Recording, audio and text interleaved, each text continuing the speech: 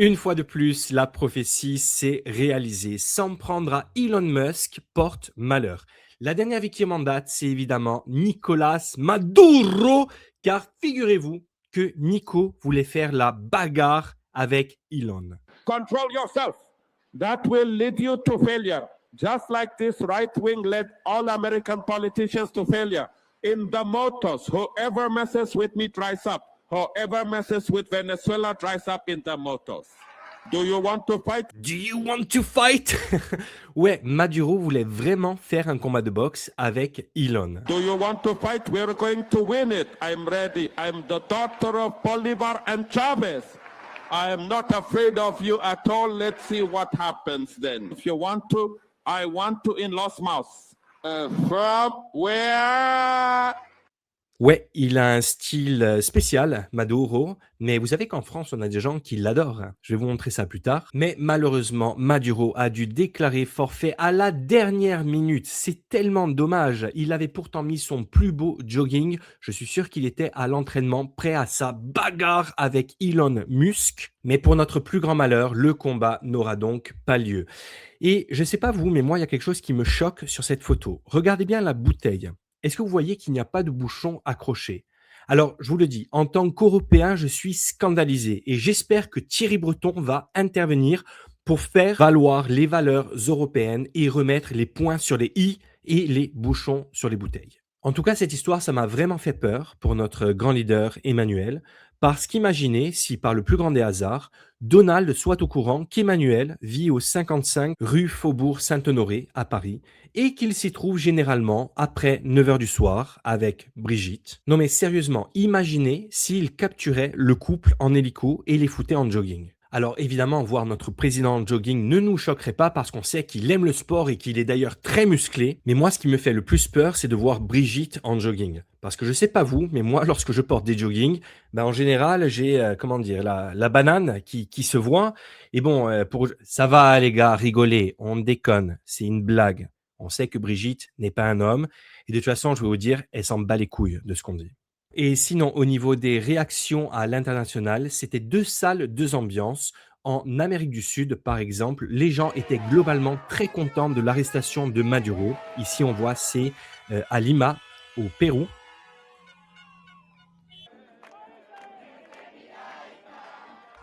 Et au Chili.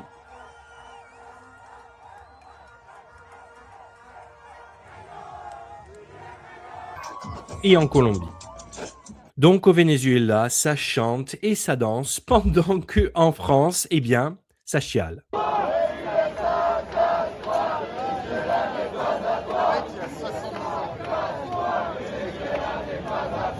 À tous les rassemblements et à tout le soutien du peuple vénézuélien ici à Toulouse. Ouais, je pense que ça va faire du bien aux Vénézuéliens de savoir que ce monsieur Aberré les supporte. Ensuite, les gauchias s'étaient réunis à Place de la République, évidemment, pour brûler des drapeaux américains.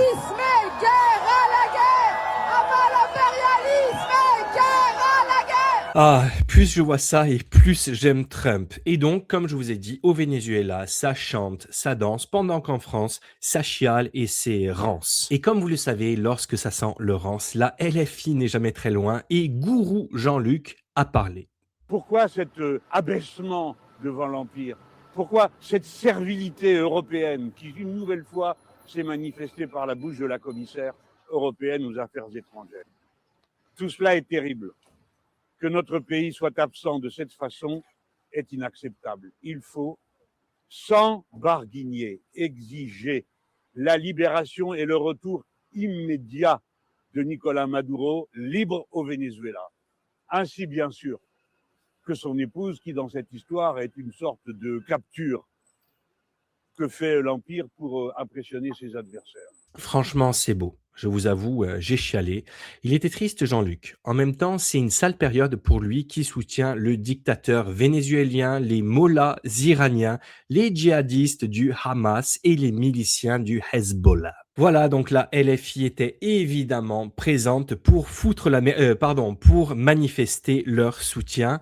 Et on voit qu'ils étaient tous là, même la femme de Jean-Luc, toujours là pour remettre à leur place des gauchias. Ici, c'est Thomas Porte, regardez bien. Pourquoi cet abaissement devant Allez, l'Empire? viens. Pourquoi cette servilité européenne qui L'ambiance est bonne chez les insoumis, le groupe vit bien. D'après vous d'ailleurs, comment elle appelle Thomas? Est-ce qu'elle le siffle ou est-ce qu'elle lui fait... Non, parce que moi, c'est comme ça que j'appelle mon chien. Et oui, Thomas Porte est beaucoup plus vaillant lorsqu'il s'agit d'appeler des marques pour leur demander de boycotter des médias comme Frontières. En tout cas, ça respire vraiment le bonheur chez la LFI et chez les gauchistes en général. Figurez-vous que même aux USA, ils ont leurs gauchias, comme ici ce monsieur, madame. With me all.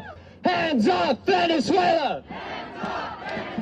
Hands off Venezuela! Free President Maduro! La lucha sigue! Libertad, socialismo o muerte! Venceremos!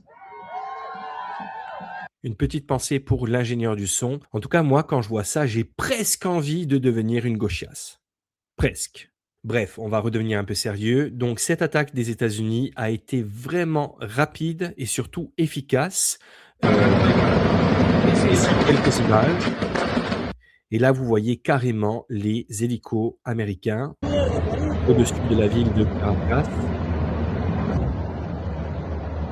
Donc, espérons que la même chose n'arrive pas dans notre pays. De toute façon, nous sommes à l'abri avec notre grand leader. Je pense qu'il contrôle la situation. J'espère en tout cas que son entente avec Trump est bonne. Ici, d'ailleurs, je viens de recevoir quelques images.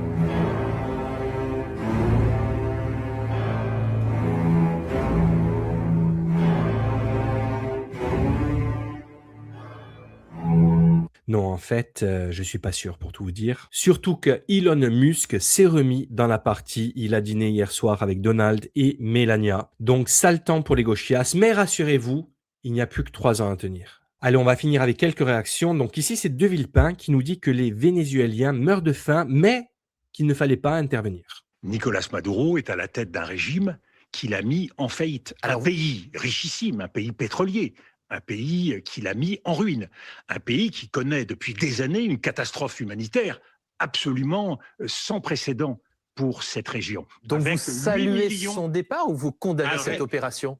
Laissez-moi terminer. Avec 8 millions d'exilés qui sont en Amérique latine et en Europe et aux États-Unis.